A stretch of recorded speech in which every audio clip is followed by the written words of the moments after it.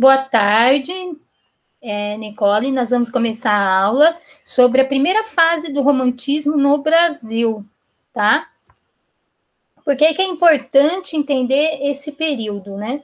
Porque esse período marca muito a nossa busca de identidade, a nossa busca por uma simbologia nacional nas artes, na cultura. E isso, essa busca por uma identidade do que seja o brasileiro, do que seja a brasilidade, vai estar na nossa cultura, nas nossas artes, presente quase sempre. Os artistas eles querem explicar o que é o Brasil e o que é o brasileiro, certo? O que é esse país, né? Qual que são as características comuns que nos definem, que nos fazem ser um povo, ser uma coletividade? E o romantismo talvez foi o início disso, né? Talvez alguns elementos do romantismo, como nós vamos ver, já estavam presentes, alguns símbolos já estavam presentes na nossa literatura anteriormente, como o índio, a imagem da paisagem bonita, idílica do Brasil, né? Essa paisagem seria uma natureza selvagem, mas os artistas talvez não tinham essa consciência coletiva disso, não tinham uma consciência de que isso era importante como construção simbólica de uma nação. E o romantismo na primeira fase no Brasil, ele tem isso. Seria, nós vamos ver essa fase que chama indianismo, tá? Onde os poetas brasileiros, os poetas se voltam, os escritores se voltam para a temática do índio e da paisagem. A paisagem, por quê a paisagem? Primeiro, para os românticos, diferentemente de outras escolas literárias, a paisagem não é mero acessório, ela não é apenas um adorno, ela não está ali apenas enfeitando o espaço, sabe? Em outras escolas literárias, por exemplo, a paisagem ela está ali apenas para compor o cenário, ou está de acessório, está de fundo, sabe? Às vezes a ação dos atores, dos personagens, é mais importante do que a paisagem. E aquela ação poderia acontecer em qualquer espaço e tempo. No romantismo, não. A paisagem, ela é fruto do eu do poeta. É como se a paisagem transmitisse também uma mensagem. É como se houvesse uma integração entre o personagem, o eu lírico, ou o ator ali, e a paisagem. E a natureza. A natureza começa a ser fonte de expressão,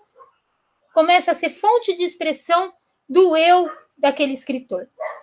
Por isso que ela acaba sendo como se tornasse mais um componente, mais um personagem daquela história, narrativa, né? Ela transmite alguma coisa de dentro do eu do poeta, transfigura aquilo. E nós vamos então ver essa apostila, eu vou ver se eu apresento a tela aqui, eu vou explicar. Uma janela aqui, vamos ver. Cadê a janela?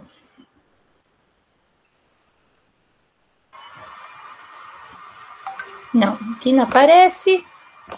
Apresentar uma janela, a tela inteira, deixa eu ver.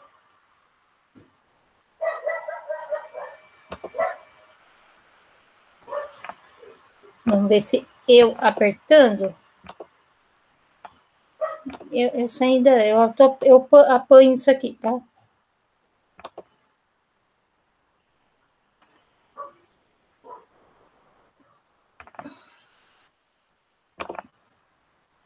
O que eu estou compartilhando? Você está vendo alguma coisa aí? Agora eu estou vendo a tela. Tá, vamos ver se aparece essa aqui? Apareceu. Agora Aparece a apostila? Sim. Sim? Espera um pouco que eu vou fechar a janela, que tem um cachorro aqui latindo. Não, já parou. Ó. A apostila dá para ver então, né? Dá. tem aqui a música, começa com a música do índio. Você vê como esses elementos que estão lá no romantismo, eles aparecem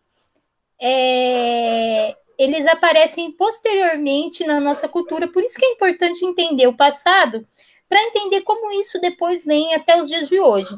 Essa música é uma música muito mais atual, né, do índio que o Caetano Veloso fez. Então eu vou ler para você.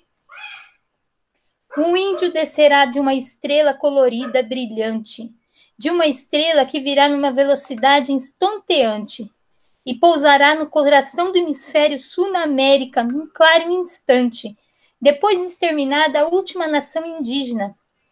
E o espírito dos pássaros, das fontes da água límpida, mais avançado que a mais avançada das tecnologias, virá.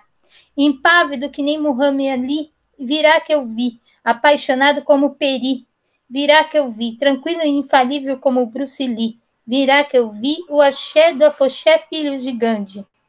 Virá. A música, né? Vou cantar ela aqui. O índio descerá de uma estrela colorida e brilhante, de uma estrela que virá numa velocidade estonteante e pousará no coração do hemisfério sul na América, num claro instante. Depois de exterminada a última nação indígena e o espírito dos pássaros das fontes da água límpida, mais avançado que a mais avançada das tecnologias, virá.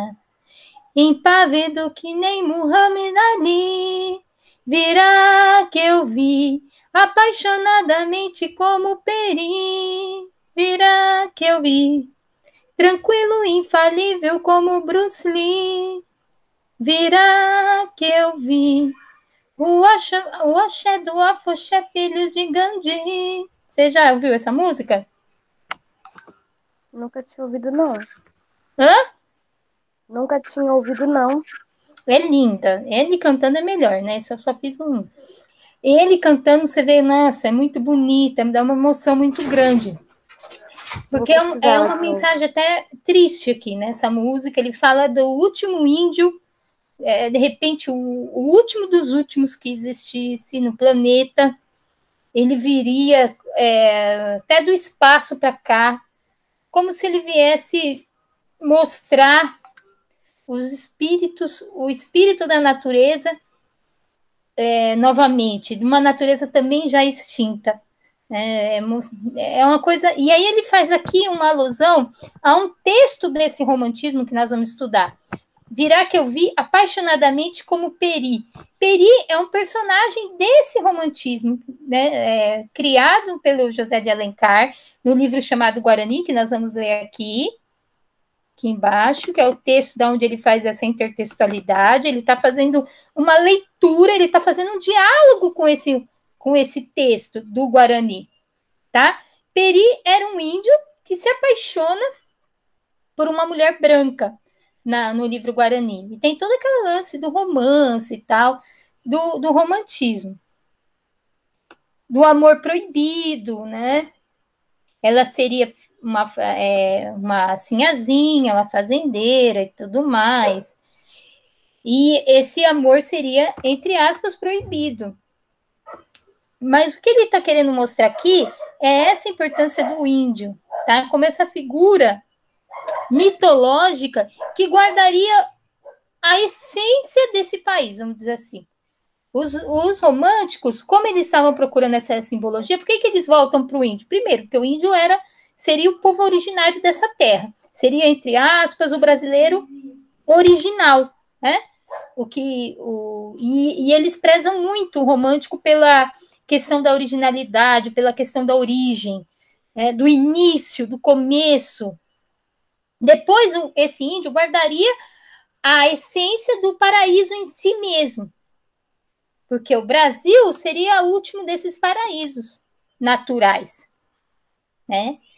O que o Brasil teria de diferente da Europa? Por isso que eles voltam para essa figura do índio e da natureza.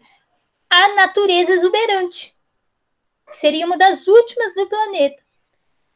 Como os românticos também buscam, pela essência, o paraíso perdido, O que é o paraíso perdido? Seria o Jardim do Éden, tá? O Brasil seria esse misto, esse lugar onde talvez esse paraíso tivesse sobrevivido. Esse Jardim do Éden perdido. E o índio seria a expressão do ser humano sem maldade nenhuma.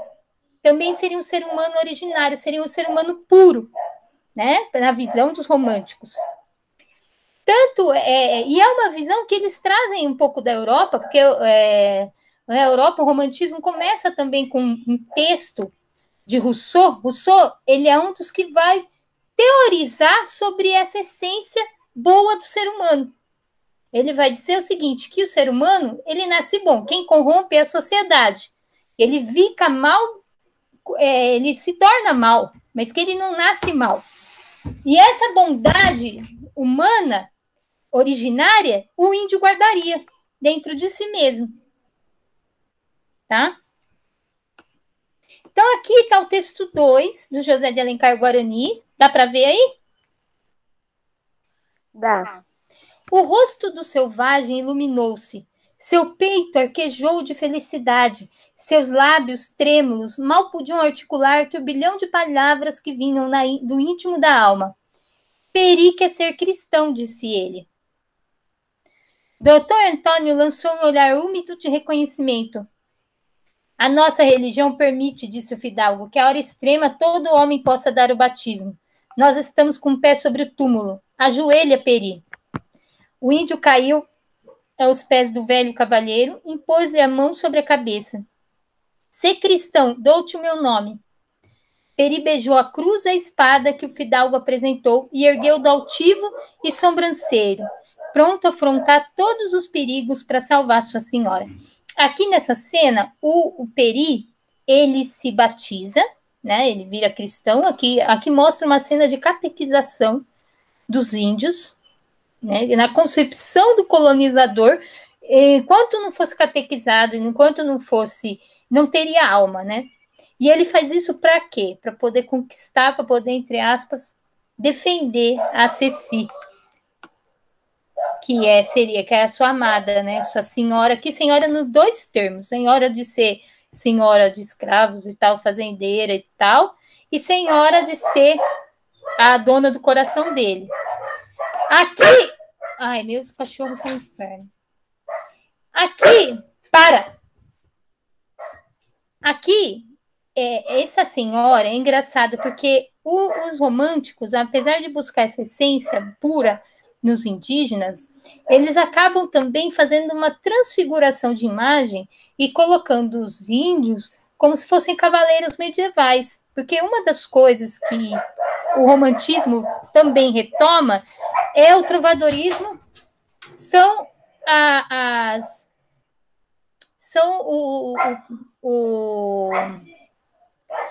Ai, eles estão me perturbando. Espera aí que eu vou pedir para minha filha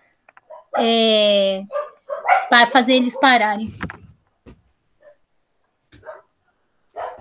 Cecília, manda eles calar a boca.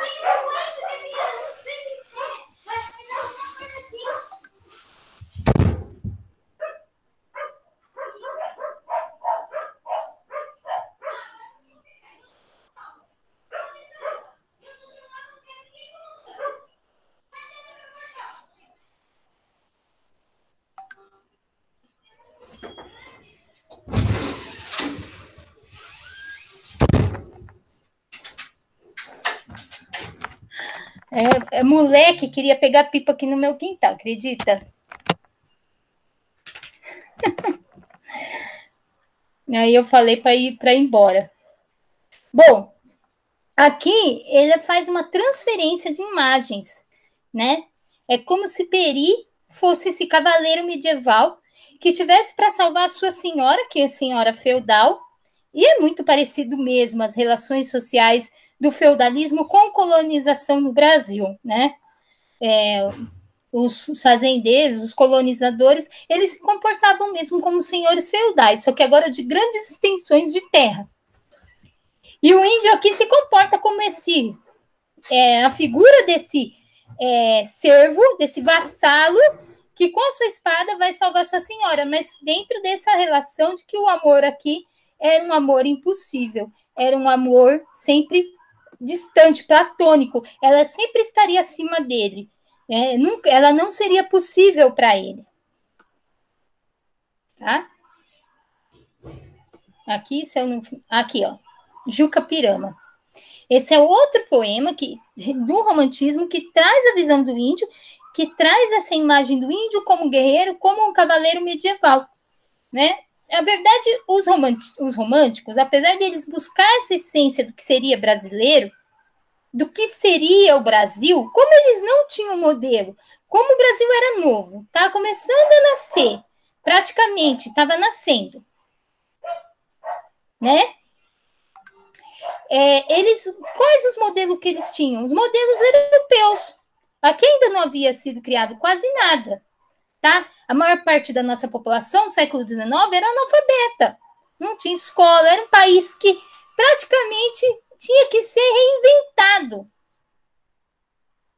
E por isso que eles se voltam tão fortemente para modelos europeus. E aqui, meu canto de morte, guerreiros, ouvi. Sou filho da selva, na selva cresci. Guerreiros descendo da tribo Tupi, da tribo punjante, que agora anda errante por fados inconstante, guerreiro nasci. Sou bravo, sou forte, sou filho do norte. Meu canto de morte, guerreiros, ouvi. Então, olha como essa transposição da figura do guerreiro, eles colocam para o índio, do guerreiro medieval. Aí precisa entender como que foi esse período da Idade Média, essas visões da literatura na Idade Média e como isso se construiu para poder entender essa transposição, né? Essa figura de um para o outro. E aqui ele coloca novamente o índio como esse guerreiro. Tá? É como se esse guerreiro tivesse disposto a morrer pela sua terra. Tá? Aí nessa apostila fala assim: o índio sempre foi um personagem presente em nossa literatura, desde o fim do arcadismo. Até hoje, como comprova, realmente, desde o arcadismo, isso antes mesmo do romantismo, o índio já estava presente, e a natureza também. Porém, o escritor colocava esses elementos sem uma consciência literária coletiva dessas figuras. Aqui não, aqui já há uma consciência de que colocar isso é importante, de que isso não é apenas mais um elemento para compor o texto, e sim de que isso é determinante para a construção de uma literatura que fosse brasileira. O índio sempre foi um personagem presente em nossa literatura desde o fim do arcadismo. Até hoje, como comprova o texto 1, essa temática continua presente com algumas alterações. Qual a imagem do índio que se pode extrair dos textos 2 e 3? Então, vocês vão... O texto 2, lembra que eu falei do cavaleiro medieval, né? Desse índio forte, esse índio que se coloca disposto a morrer pela sua terra, pelo seu senhor. É um cavaleiro, ao mesmo tempo um cavaleiro servil. Um cavaleiro servil. Então, assim como eram os vassalos na Idade Média. Os vassalos, eles tinham uma hierarquia, né? Os vassalos, eles se tornavam cavaleiros medievais, mas geralmente para defender a terra dos seus senhores. E essas relações, infelizmente, vieram junto com os portugueses para o Brasil, tá? O Brasil foi organizado dentro dessa relação pirâmidica feudal. Quem estudou o feudalismo, aí tem que lembrar sobre o feudalismo, como que era a pirâmide social do feudalismo. Primeiro, sempre lá no topo, como que se diz? O clero, né? Os nobres, e depois, por último, os vassalos. E essas relações vieram junto com os colonizadores, né? E eles organizaram as capitanias hereditárias de uma forma muito parecida. Porém, a grande diferença é que aqui o cara não tinha um pedacinho, ele tinha um pedação, um estado inteiro, o tamanho de um país. E foi daí que surgiu o latifúndio, Até hoje, o latifúndio vem das capitanias hereditárias, essa concentração de terras na mão de uma só pessoa. Tá? E essa relação do coronel com seus integrantes.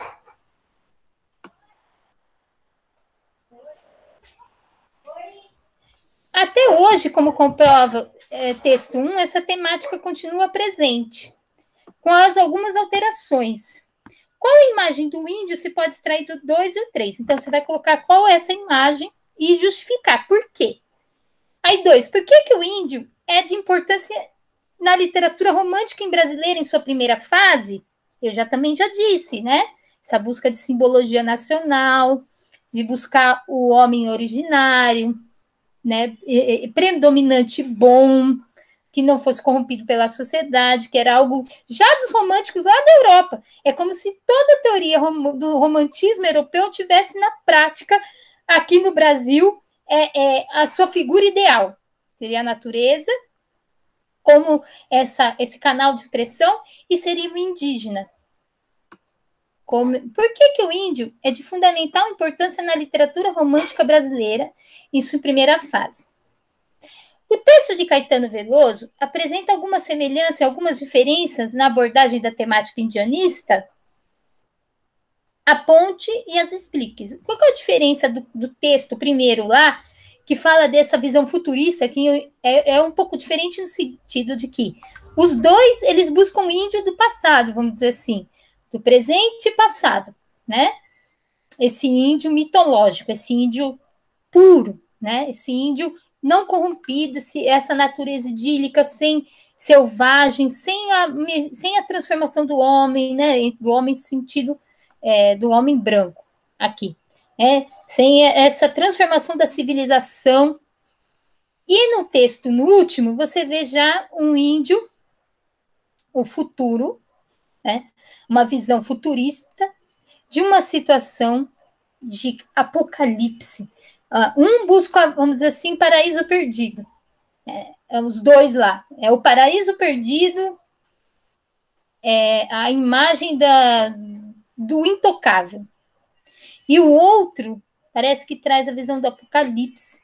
É uma visão do fim da natureza, do fim das sociedades indígenas, e esse índio vindo de fora para dizer isso para as pessoas. O que elas acabaram, o que elas destruíram, né? Então, você vai apontar essas diferenças, pode com trechos do texto, e vai explicá-las. Agora, vamos para o segundo aqui. Leia atentamente o trecho a seguir de autoria do Sérgio Buarque de Holanda. Responda as questões 4 e 5. Pode-se dizer que foi a maneira natural de traduzir em termos nossos a temática da Idade Média. Lembra que eu falei da questão da Idade Média? Característica do romantismo europeu. Ao medievalismo dos franceses e portugueses, opunhamos o nosso pré-cabralismo, aliás, não menos pré-concebido e falso que aquele. Aqui é o Sérgio Buarque de Holanda, é um sociólogo, e ele é pai do Chico Buarque de Holanda, tá?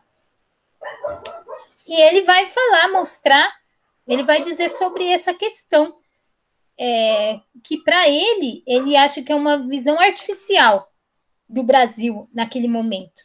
De uma certa maneira, era artificial. Essa busca pelo pré-cabralismo. O que é pré-cabralismo? Antes de Cabral. O que é o Brasil antes de Cabral? Visão idílica, visão desse mito do paraíso mesmo. Aqui, a Idade Média. Por isso que é importante entender o que foi a literatura na Idade Média, para entender o que foi o romantismo.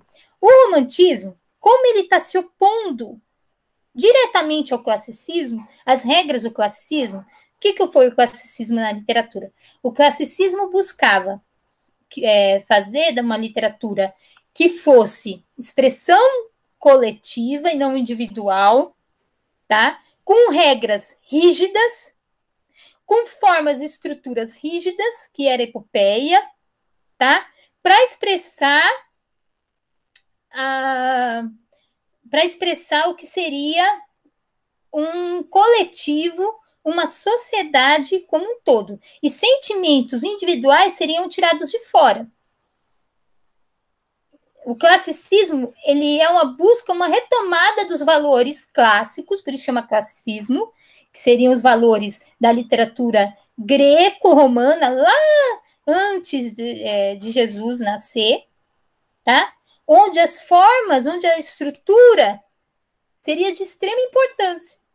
E o escritor, ele teria que se adequar àquela forma. E os temas o qual que ele ia trabalhar são temas que fosse para o todo e não individual.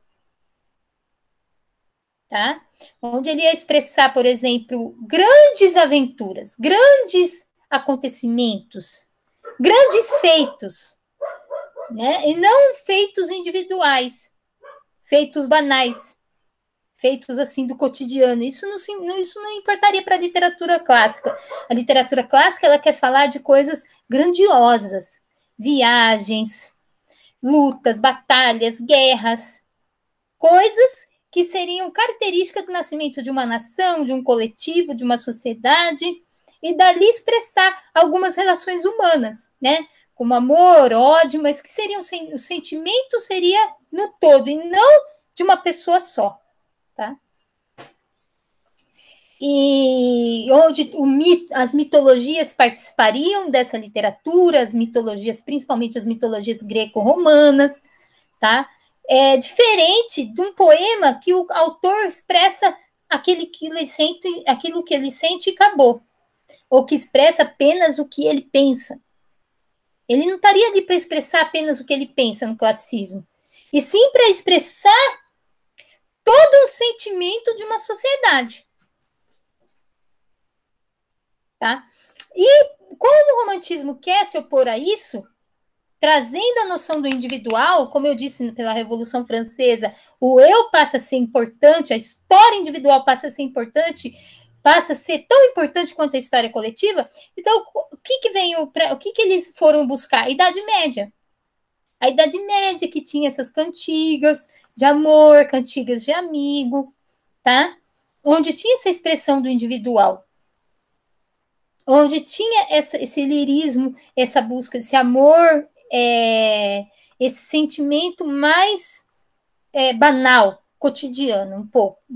E aí a Idade Média, ela ajuda nessa busca para essa posição ao classicismo. Como aqui não teve Idade Média, então os nossos escritores voltaram para quem? Para o Antes e Cabral, que seria o mesmo período da Idade Média. E aí eles foram, mas com as diferenças que o nosso pré-cabralismo tinha em relação à Idade Média. Aí aqui, 4. Como deve ser entendido em termos históricos e literários a passagem que o autor fala do nosso pré-cabralismo? Aí o que você entendeu desse pré-cabralismo? O que significaria? Só para colocar isso. De acordo com o texto do Sérgio Cabral, do Sérgio Buarque de Holanda. 5. Sérgio Buarque de Holanda conclui suas observações dando a entender que tanto o medievalismo dos românticos europeus quanto o pré-cabralismo dos brasileiros não correspondiam a um resgate histórico do passado.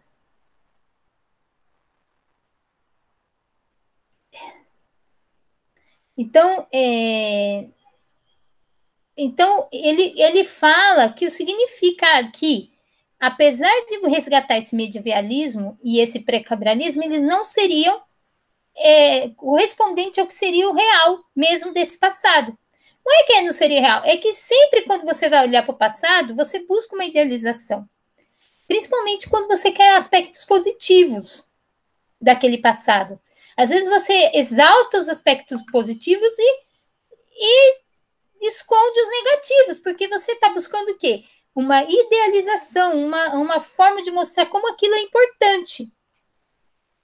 Nesse sentido, os românticos eles foram idealistas e eles exageravam essas características do passado para exaltá-lo, para dizer que aquilo foi mais importante, por exemplo, do que veio depois.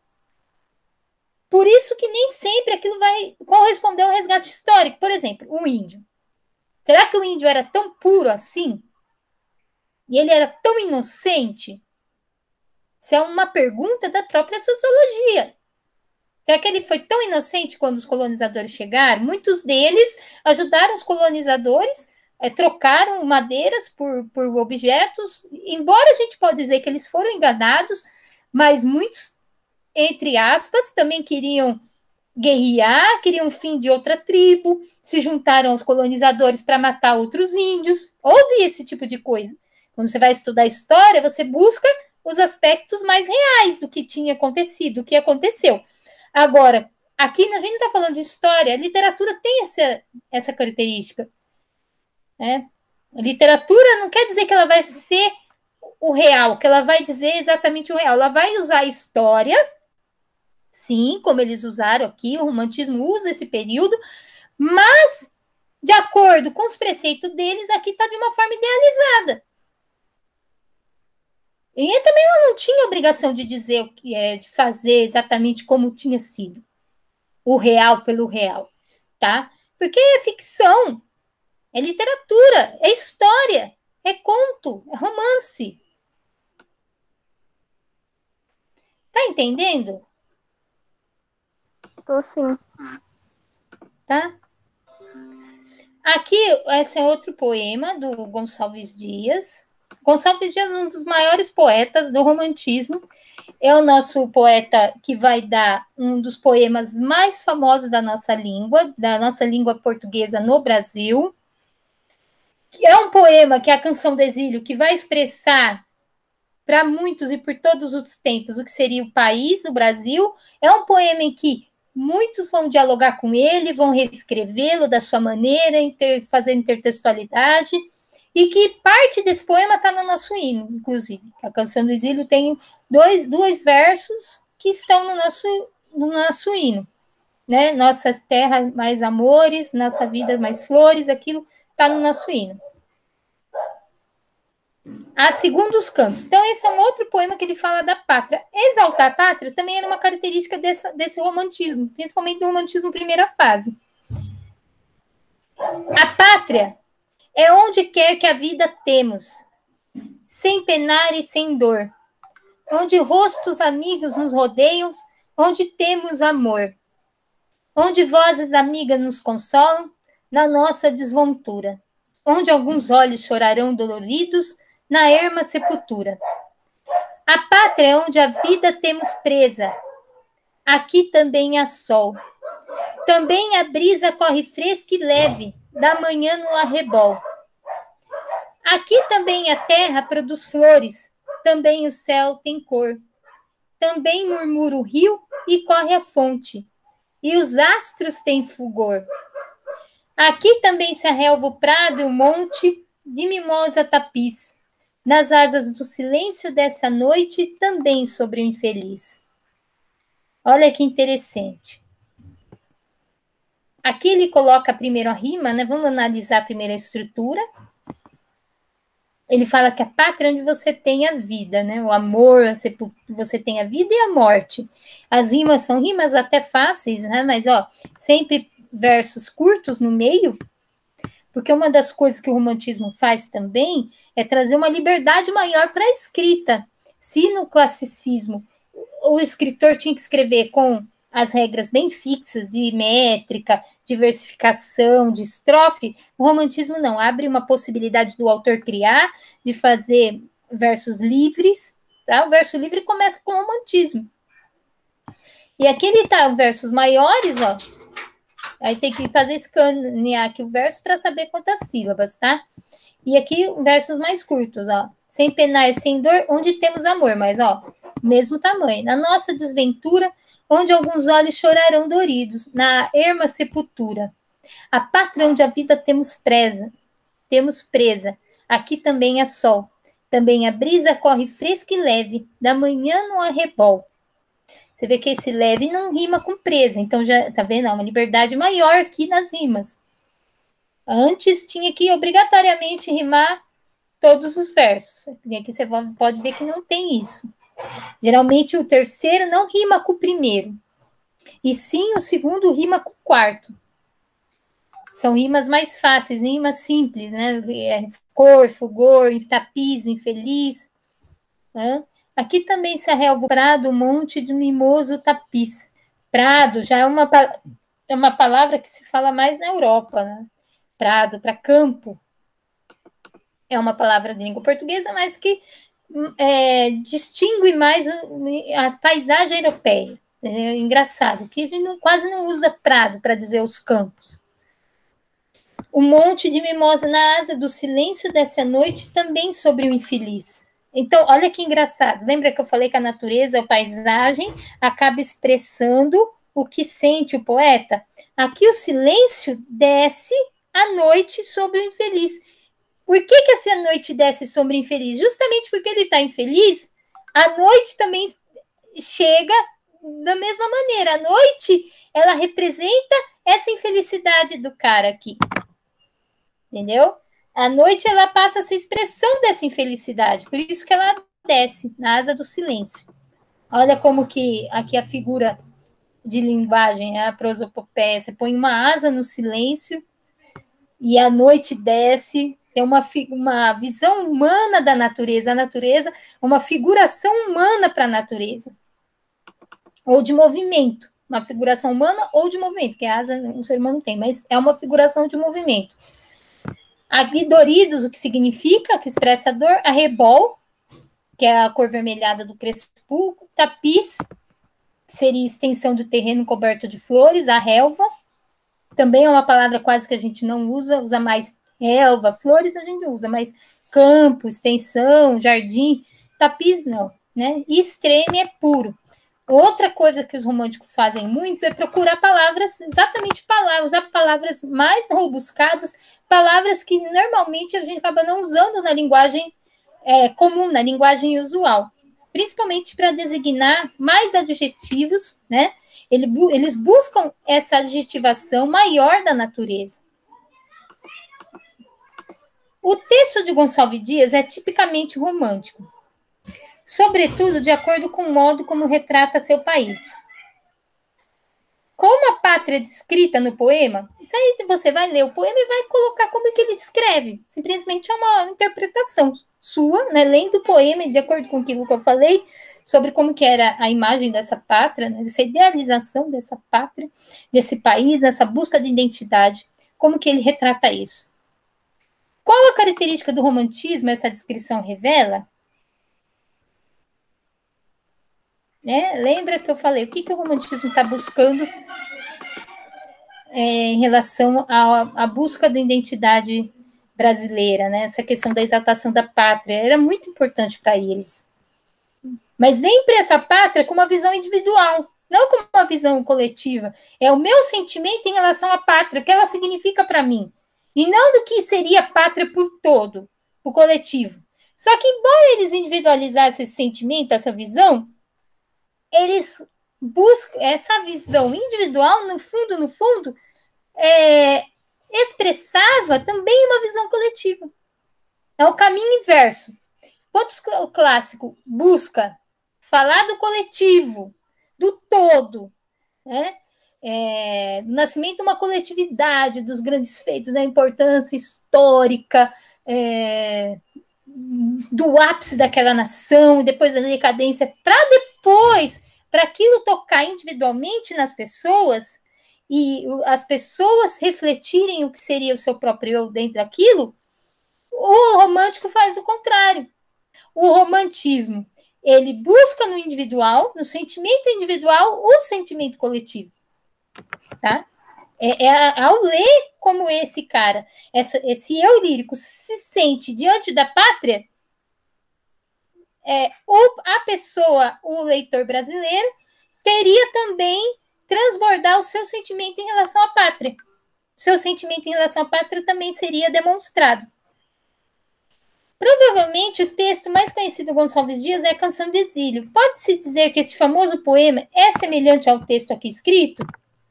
Lembra? Canção de Exílio, aí eu vou mandar para vocês. Em que momento os textos se parecem? Aí vai escrever o que os dois textos se parecem. Durante o regime militar, vimos nascer uma onda de ufanismo. Ufanismo, essa exaltação da pátria. Só que é muito diferente do romantismo, tá?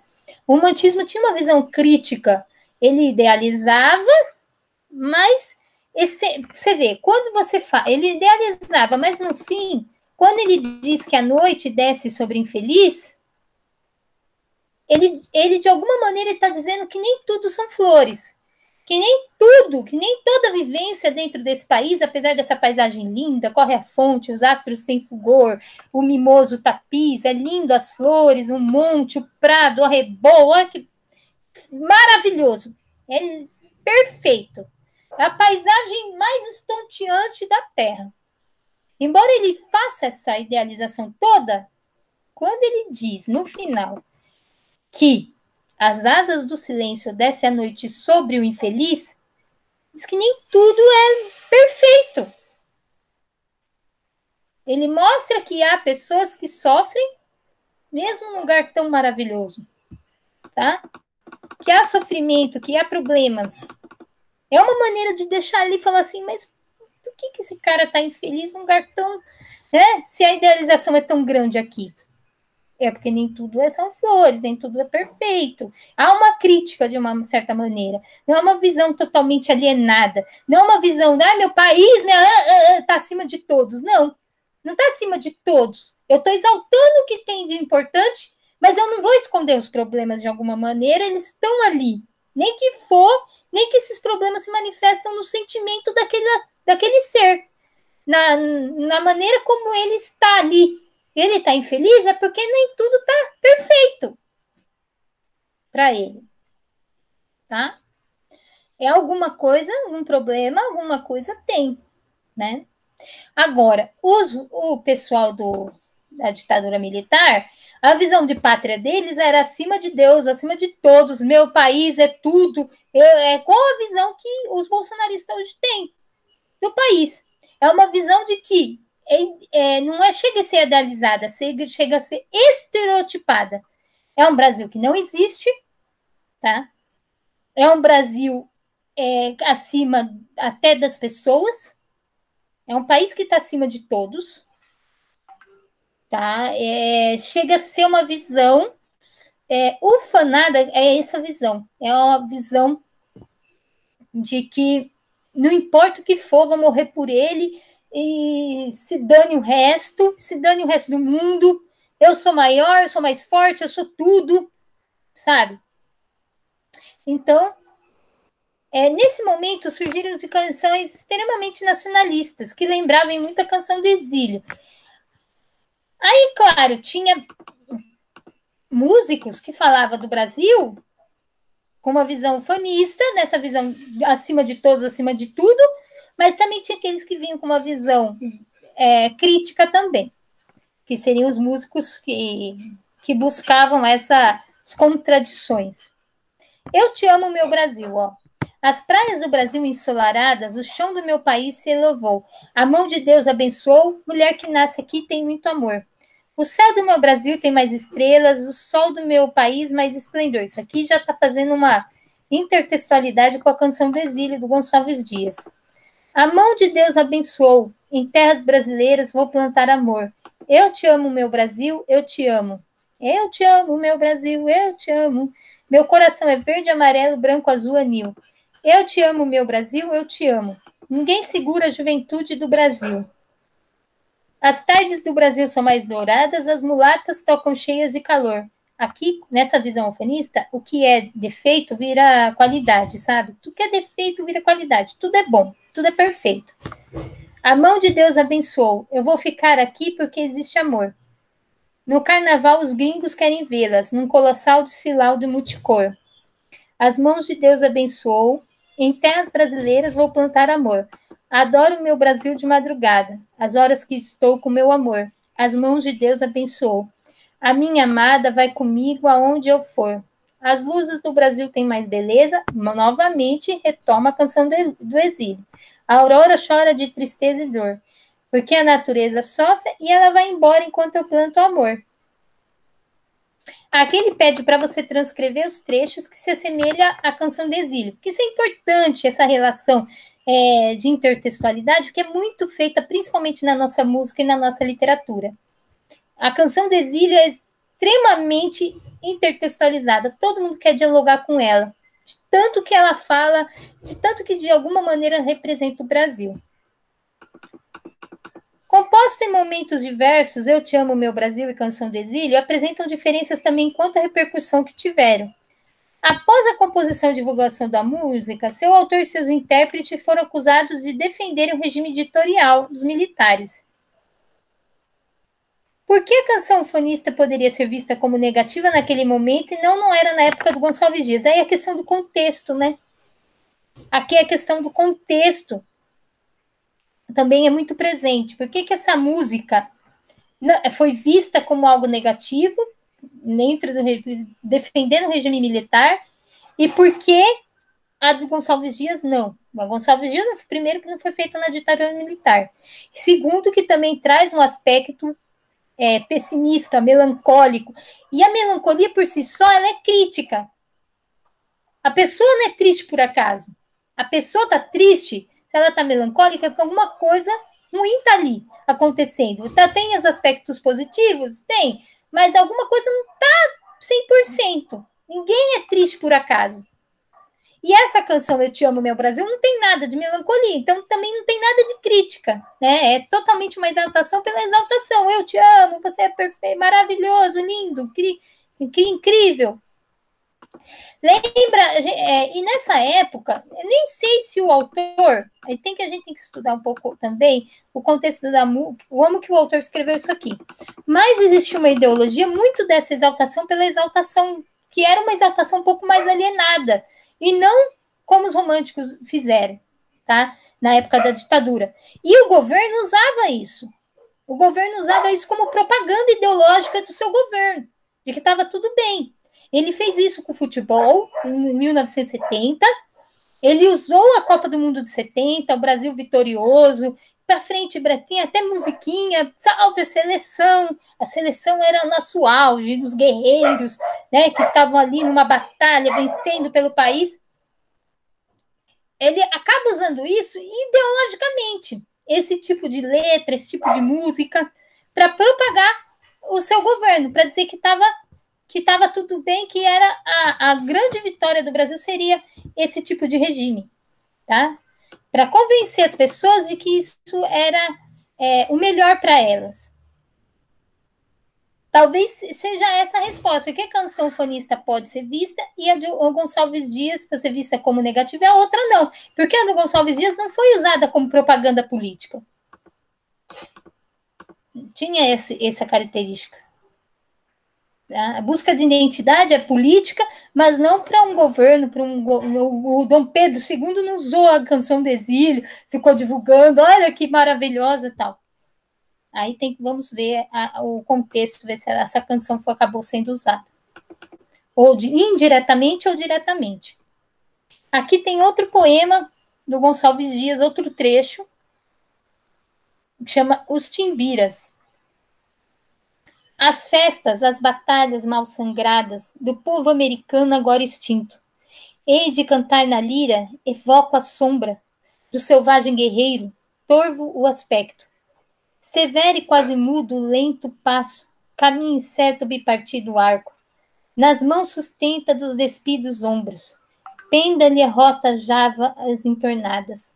Agora inúteis setas vão mostrando as marchas tristes e os passos mal seguros de quem na terra dos seus pais embalde procura asilo e foge humano trato. Você vê que aqui, olha a visão do povo americano agora extinto. Hei de cantar na lira. Lira é um instrumento da Idade Média, também clássico, né? Que representa o lirismo, representa a poesia. Lirismo vem da lira, onde os poemas eram cantados com ela. Evoca a sombra. Se é sombra, porque ele não existe mais.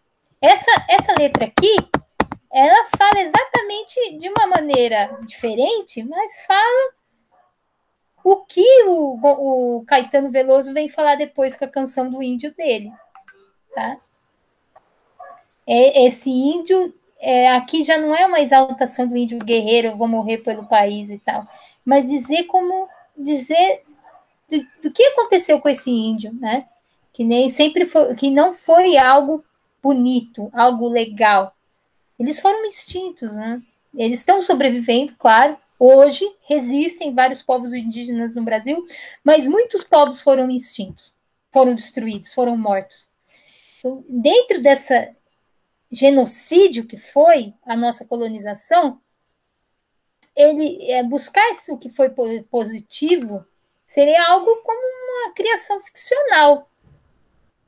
E ele evoca, e ele traz essa visão, mesmo para esse poema, onde ele retoma essa figura.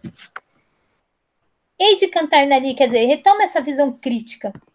Torvo aspecto severo e quase mudo, e lentos passos, são tudo coisas assim, angústia mesmo, né? Aspecto severo, quase mudo, lentos passos, caminhar incerto, bipartido o arco, bipartido é dividido em dois, na mão sustenta dos despidos ombros, pende-lhe a rota aljava das entornadas, agora inúteis setas vão mostrando, é quase uma canção do fim, da morte, né? A marcha triste e os passos mal seguros, de quem na terra de seus pais embalde procura asilo e foge o humano trato. Quer dizer, é a terra dos seus pais, cara, e ele tem que fugir.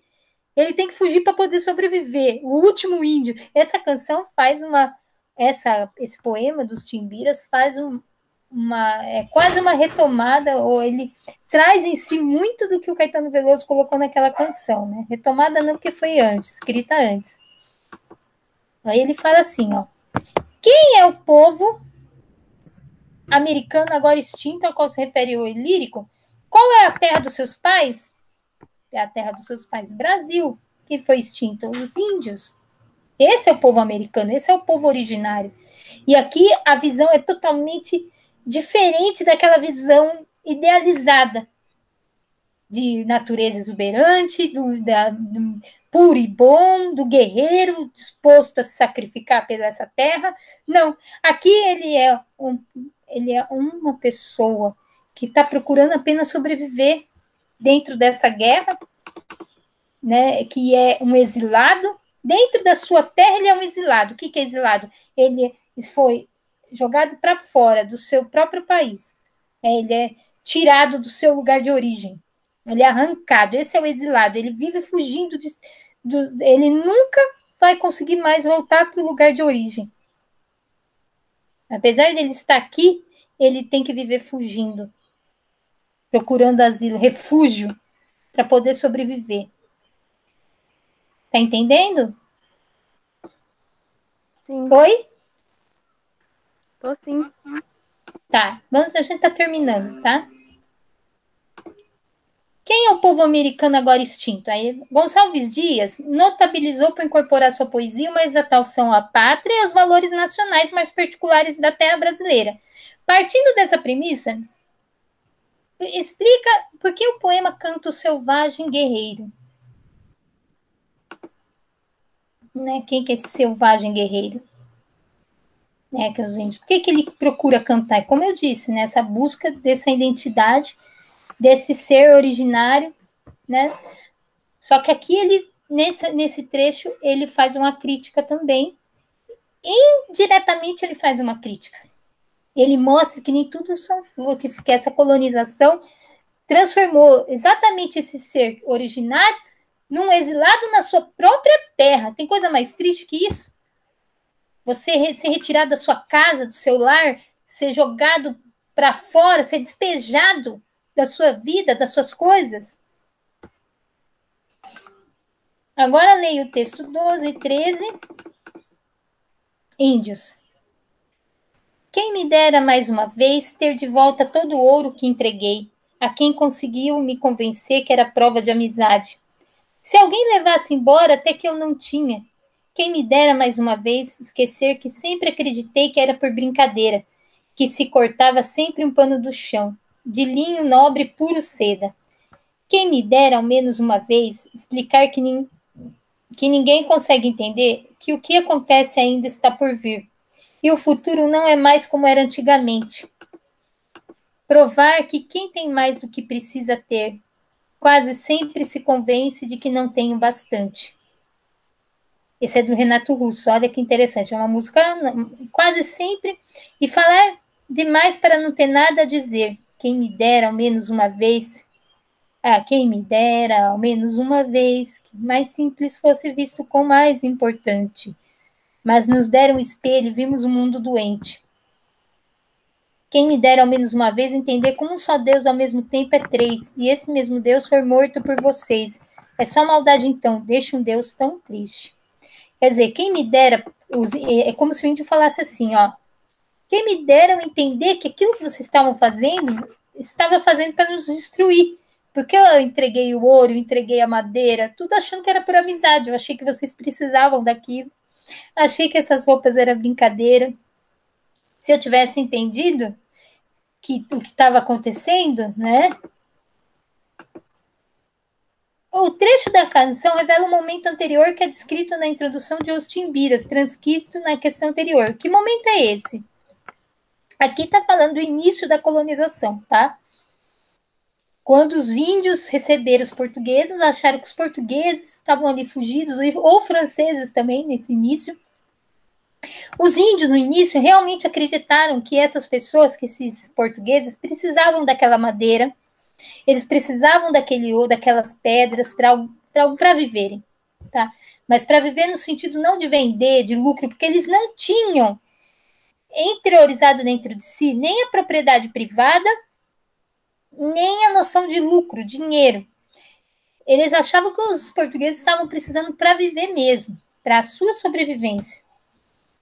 Até tem um trecho, tem uma história de até um relato de um índio perguntando para o português: por que vocês vêm de tão longe? Eles ficavam até com dó dos portugueses, porque os portugueses chegavam esfomeados, chegavam sujos, maltrapilhos, chegavam doentes, precisando de remédio, de comida, de água, chegavam como se fossem uns andarilhos, entendeu? Mas, por que vocês vêm de tão longe, enfrentando o mar? Puxa, eles vêm de barco, vêm com esse negócio tantos meses, a légua, passando fome, não sei o que. Os barcos, os navios, né? As caravelas, na verdade, eles eram verdadeiros infernos.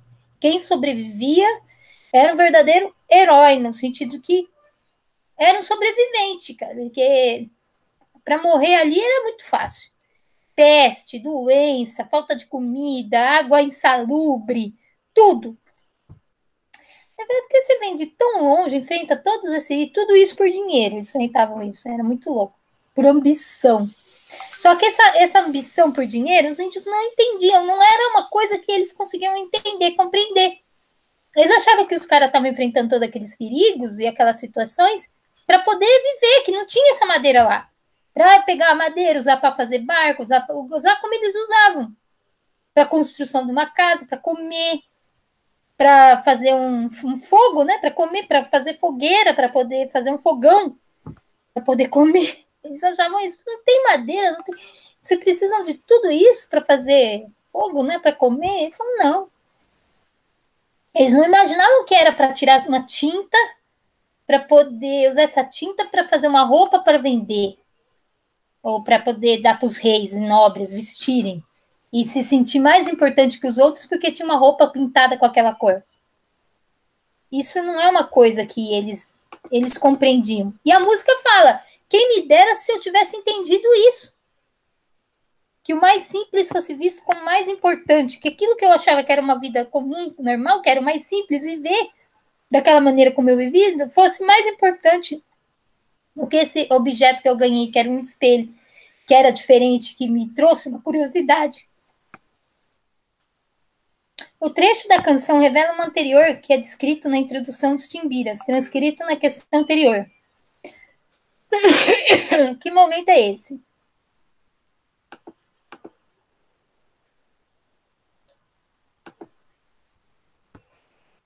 A situação do guerreiro indígena, mostrada por Gonçalves Dias, é fruto que houve no momento histórico, mostrando que a canção do Legião Urbana explique. Lembra que essa canção do Timbira tem essa visão do índio vencido, né? Do índio extinto, do índio sendo extinto, dessa questão de ser exilado na sua própria terra. Não é uma visão idealizada do índio, eu estou feliz com tudo isso. Não. né? É o índio mostrando a sua verdadeira real situação. Para você ver como o romântico não idealizava apenas por idealizar. Havia também crítica social. E aí, essa crítica social é, de uma certa maneira, retomada aqui pelo Legião Urbana. E como que ela é retratada? Explique a diferença, a semelhança entre as duas canções, tá? O texto a seguir é um trecho do prólogo de Gonçalves Dias, de seus livros Primeiro Cânticos. Nele, podemos perceber característica essencial e estética romântica. Esse texto agora, que a gente vai ler, é um texto teórico. É o Gonçalves Dias falando do próprio romantismo, tá? E talvez seja interessante lê-lo para exatamente entender tudo isso e entender como seria, o que seria esse romantismo para eles. O próprio poeta dizendo que é o romantismo para si mesmo. Ele passa a ser um texto poético e um texto teórico. Olha só. Dei o nome primeiro, Cantos, à poesia que agora publico, porque espero que não serão as últimas. Muito delas não têm uniformes nos estrofes, porque menosprezo regras de mera convenção. Adotei todos os ritmos da metrificação portuguesa e usei deles como me pareceram um quadro melhor como que eu pretendia exprimir. Ó, ele está falando que ele usou as regras da metrificação portuguesa, então o modelo ainda é do Portugal, mas os poetas querem inovar dentro desse modelo para buscar o que seria nacional. Não têm unidade de pensamento entre si, porque foram compostas em épocas diversas, debaixo do céu diverso, e sob a influência das impressões momentâneas. E que escrevi para mim, não para os outros, a questão individual. Contentei-me e agradaram-me, e se não, é sempre certo que tive prazer de ter-as composto. A importância da composição, da questão estética, né? De ser prazeroso também escrever. Com a vida isolada que vivo, gosto de afastar os olhos de sobre a nossa arena política para ler a minha alma, reduzir a linguagem harmoniosa e cadente o pensamento que me vem de improviso, e as ideias que em mim desperta a vista de uma paisagem ou de um oceano, um aspecto, enfim, da natureza. Aí, lembra que eu falei da natureza como expressão do sentimento humano? Ele gostava muito de fazer isso. Ele, ao interiorizar, ao buscar os seus próprios sentimentos, expressões e pensamentos, ele transfigurava isso na natureza. A natureza se manifestava isso para ele.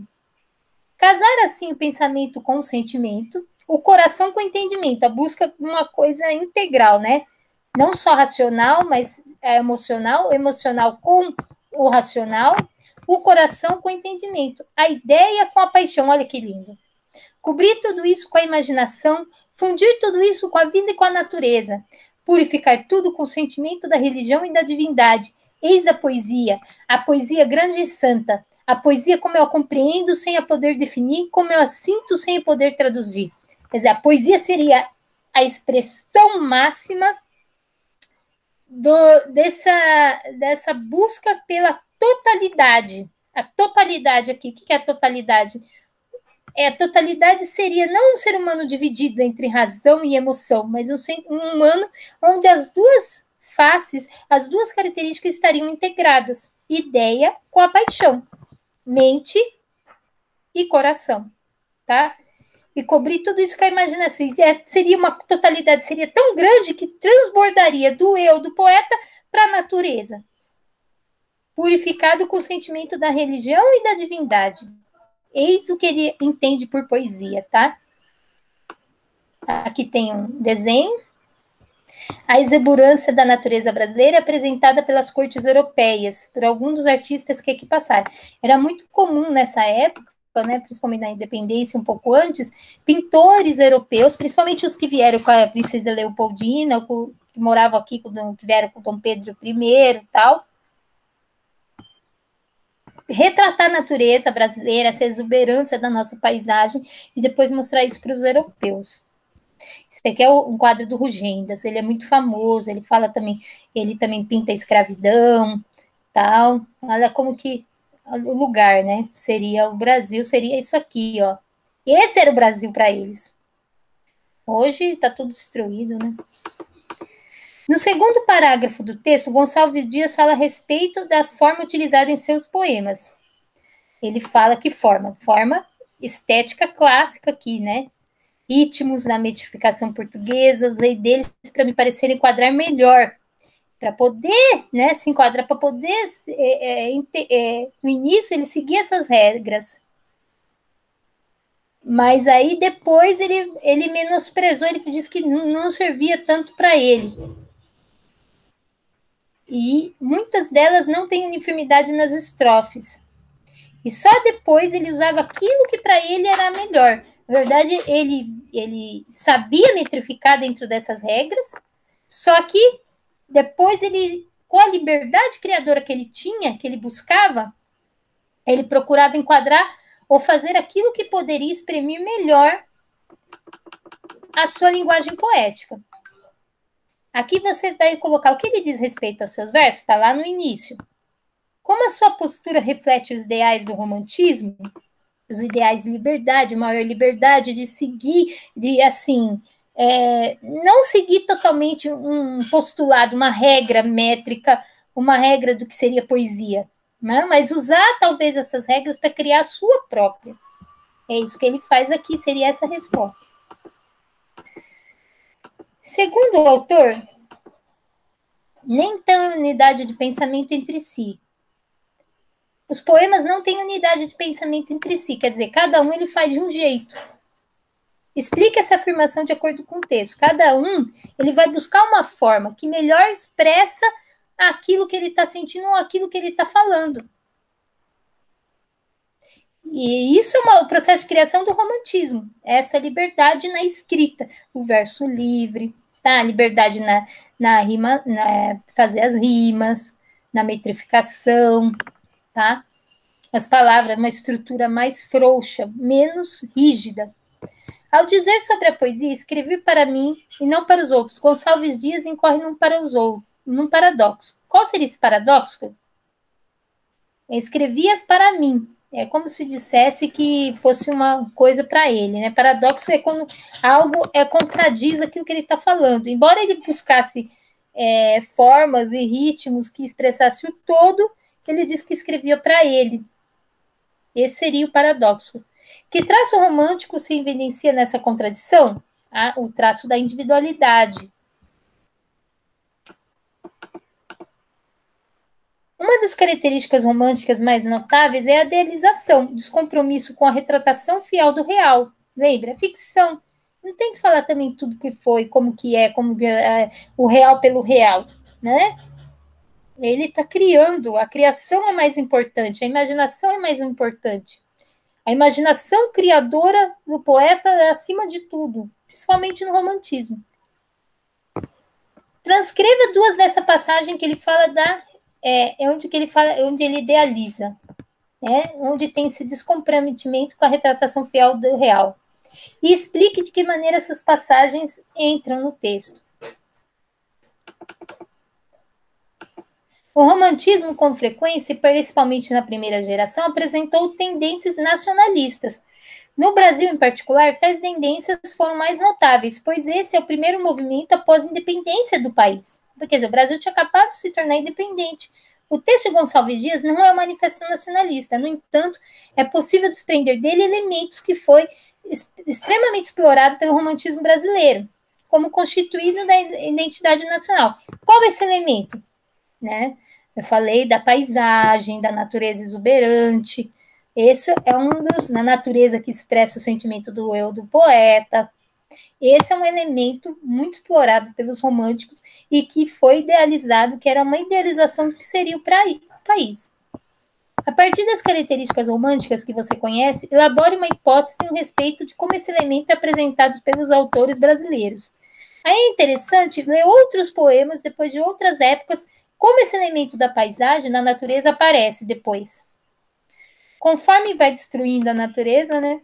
Conforme vai destruindo nossos biomas, acho que esse elemento vai mudando um pouco. Bom, essa apostila, apesar de ser só exercício, ela também tem teoria. A teoria desse romantismo da primeira fase do indianismo e da natureza aparece muito nas perguntas, nos temas aqui, nos poemas, na própria expressão das perguntas aqui. Lendo como um todo, já dá para extrair bastante o significado que foi esse romantismo, essa literatura e nacionalidade da primeira fase. Eu vou mandar uma outra apostila só com a teoria. Vocês têm alguma coisa aqui? E aí, qualquer pergunta, qualquer coisa, esse vai ficar como atividade para ir fazendo aos poucos. Você pode ir fazendo, respondendo e me perguntando. Vou mandar um só com a teoria, tá? Eu não sei se ficou bem explicado. O que você achou? Ficou bem explicado, sim, eu entendi bastante. Hã? Ficou bem explicado, sim, eu entendi bastante. Tá. Você vê que uma pergunta responde a outra, tá bom? Um texto, ele dialoga com o outro, ou a mesma coisa que um está falando, o outro está falando, simplesmente a única coisa que vai ter que fazer é explicar um pouco melhor, usando às vezes trecho do texto, ou exatamente o que você entendeu daquele texto, dentro dessa teoria que foi o romantismo dessa época. Isso é extremamente importante entender esse momento político e tal, porque isso vai ter consequências tanto na política quanto na nossa imagem do nosso país. Quem não imagina ainda que o Brasil seja assim? Até lá fora, até a imagem do Brasil lá fora, até hoje, eles acham que esse pequeno paraíso, pequeno paraíso, não, né? Porque não é pequeno, mas esse paraíso perdido. Até hoje eles idealizam o Brasil assim, lá fora.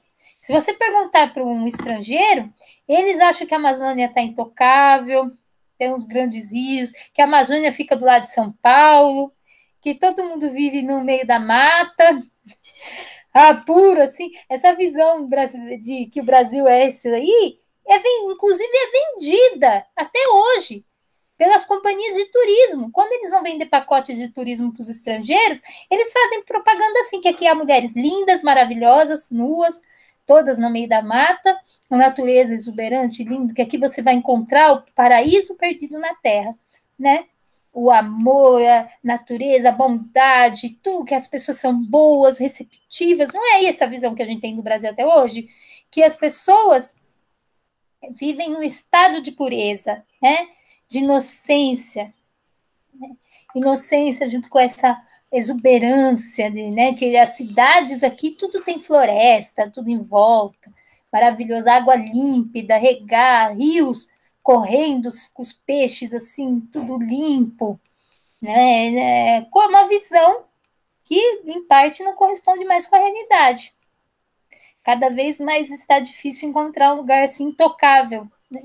É engraçado, porque a civilização, o ser humano, fez de tudo para destruir, né?